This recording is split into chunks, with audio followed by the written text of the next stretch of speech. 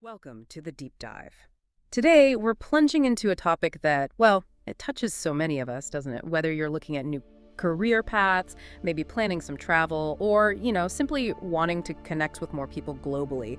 We're talking about getting better at speaking English. Our source for this deep dive is this really neat, concise guide called How to Speak English Step by Step. And it promises a clear path, sort of cutting through that usual overwhelm you feel when learning a language. So our mission today, to pull out the most practical, actionable insights, give you a shortcut to feeling more confident when you speak. What struck me immediately reading it was just how, straightforward the core ideas are. It's true, yeah. The source really boils the whole thing down to fundamental principles. And if you think about the bigger picture, mastering any new skill, right? Yeah. Playing guitar, coding, whatever. It always comes back to that consistent, deliberate practice of the basics. And this guide, it just lays out that exact framework for speaking English. Okay, so if speaking is the goal, where do we start? The source says begin with simple words, everyday phrases. Now that seems obvious, but why is that the absolute starting point? There must be more to it. Oh, absolutely. It's not just about making it easy. I mean, that helps, but the real impact is neurological. You're building the correct muscle memory right from the start. Muscle memory for speaking. Yeah, training your brain, your mouth, your vocal cords to produce those sounds in short phrases automatically, without conscious effort. It's a bit like a pianist practicing scales until it's second nature. And doing this first helps prevent fossilization, where you learn errors early on and they stick. Right. Getting it right from the beginning. Exactly. Laying a solid foundation. So examples like, hello, how are you? If I'm fine, thank you. Or my name is Sarah. They aren't just vocabulary lists. They're actual tools for immediate successful interaction. That first positive feedback loop. Okay, so for someone listening right now, just starting out, it's about actually getting those first sounds out correctly. Confidently saying something simple like, hello, my name is Sarah. I am from India. Precisely. How often should they be doing this then to really make it stick? The source is pretty emphatic. Daily practice. Saying it out loud. Every single day. Every day. That consistency is absolutely crucial. It's not just memorizing, it's doing. It's building that automatic response. Got it. So we have these basic words and phrases down. The next step, the source says, is moving to actual sentences. And it highlights that core English structure. Subject plus verb plus object, SVO. That feels like, well, the DNA of an English sentence. It really is that SVO structure. I eat rice, he drinks water, she likes music. It seems simple, maybe too simple, but it's incredibly powerful. Why is it so key in English specifically? Well, compared to some other languages, English has a relatively fixed word order. So grasping this predictable pattern, SVO, it just unlocks the ability to build countless correct sentences. For you listening, think about it. Mastering this one constraint actually frees you up. You can build on this pattern again and again. It sort of demystifies putting sentences together. That's a great point about the fixed order making it easier. It makes the whole idea of creating your own sentences feel much less intimidating. You can immediately see how to apply it, like try, I eat breakfast, or I go to work right now. Exactly. Simple inputs, predictable output. Okay, this next step, this might be the one that feels a bit, well, counterintuitive for some. The advice is, don't wait to be perfect, just start speaking. Which sounds great, liberating even. But, there's that fear, isn't there? Sounding silly, making mistakes, maybe even picking up bad habits. How does the source tackle that? That's a very real concern, yeah.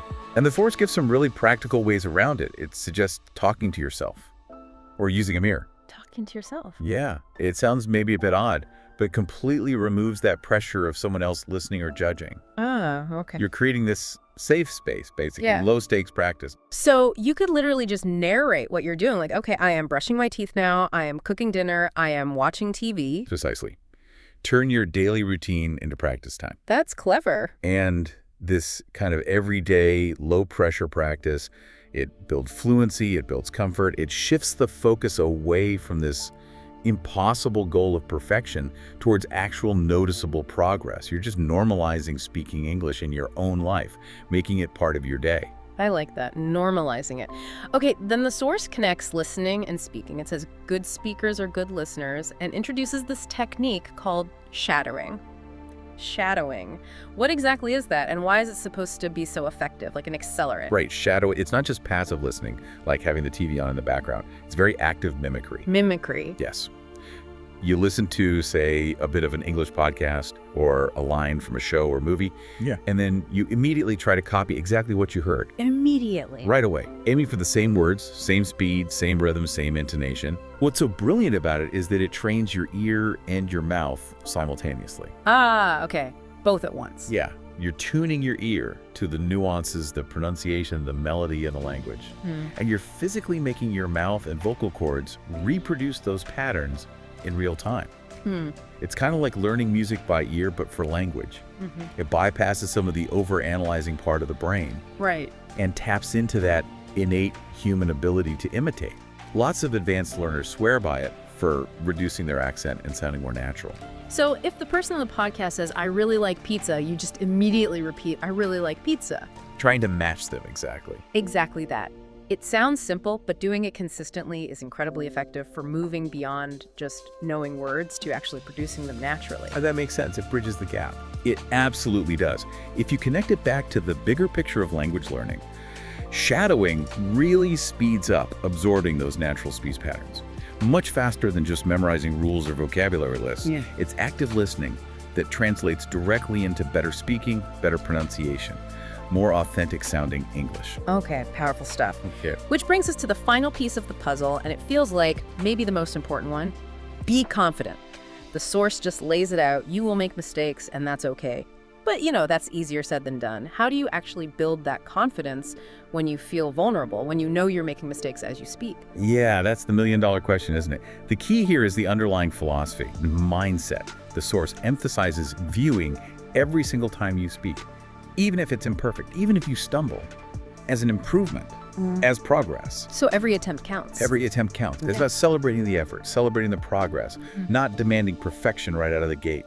Real confidence, the lasting kind, it doesn't come from being flawless. It comes from resilience. The willingness to keep going, to keep engaging, despite the mistakes, learning from them even. So even if you just manage to say, I like coffee, clearly in a shop, that's a win. That's a victory to build on. Absolutely. A huge victory. It's about recognizing and celebrating those small steps forward. This really taps into that growth mindset idea, doesn't it? Believing your abilities aren't fixed, but can be developed with effort. Right, not being afraid to try. Exactly. For language learners, that means seeing a mistake not as, proof you're bad at English, but as valuable feedback. Yeah. Data for improvement. True confidence comes from that willingness to just put yourself out there and learn from every single interaction. Well, this has been a really fascinating deep dive into how to speak English step by step. We've unpacked how breaking it down, starting simple, nailing that basic sentence structure, practicing daily using shadowing, and maybe above all, building that confidence, how all that can really make a difference. Yeah, this deep dive definitely highlights that speaking English well isn't about some magical leap. It's about a consistent, deliberate series of small, manageable steps. You just keep going. It really comes down to continuous engagement and, importantly, being kind to yourself in the process. Yeah. Self-compassion. So for you listening right now, we hope this hasn't just given you practical steps, but maybe a renewed sense of, okay, I can do this, and maybe even some excitement for your own language journey. Definitely. So here's something to think about. If every single word you speak is genuinely a step forward, what small, confident step are you going to take today to embrace your own progress in English?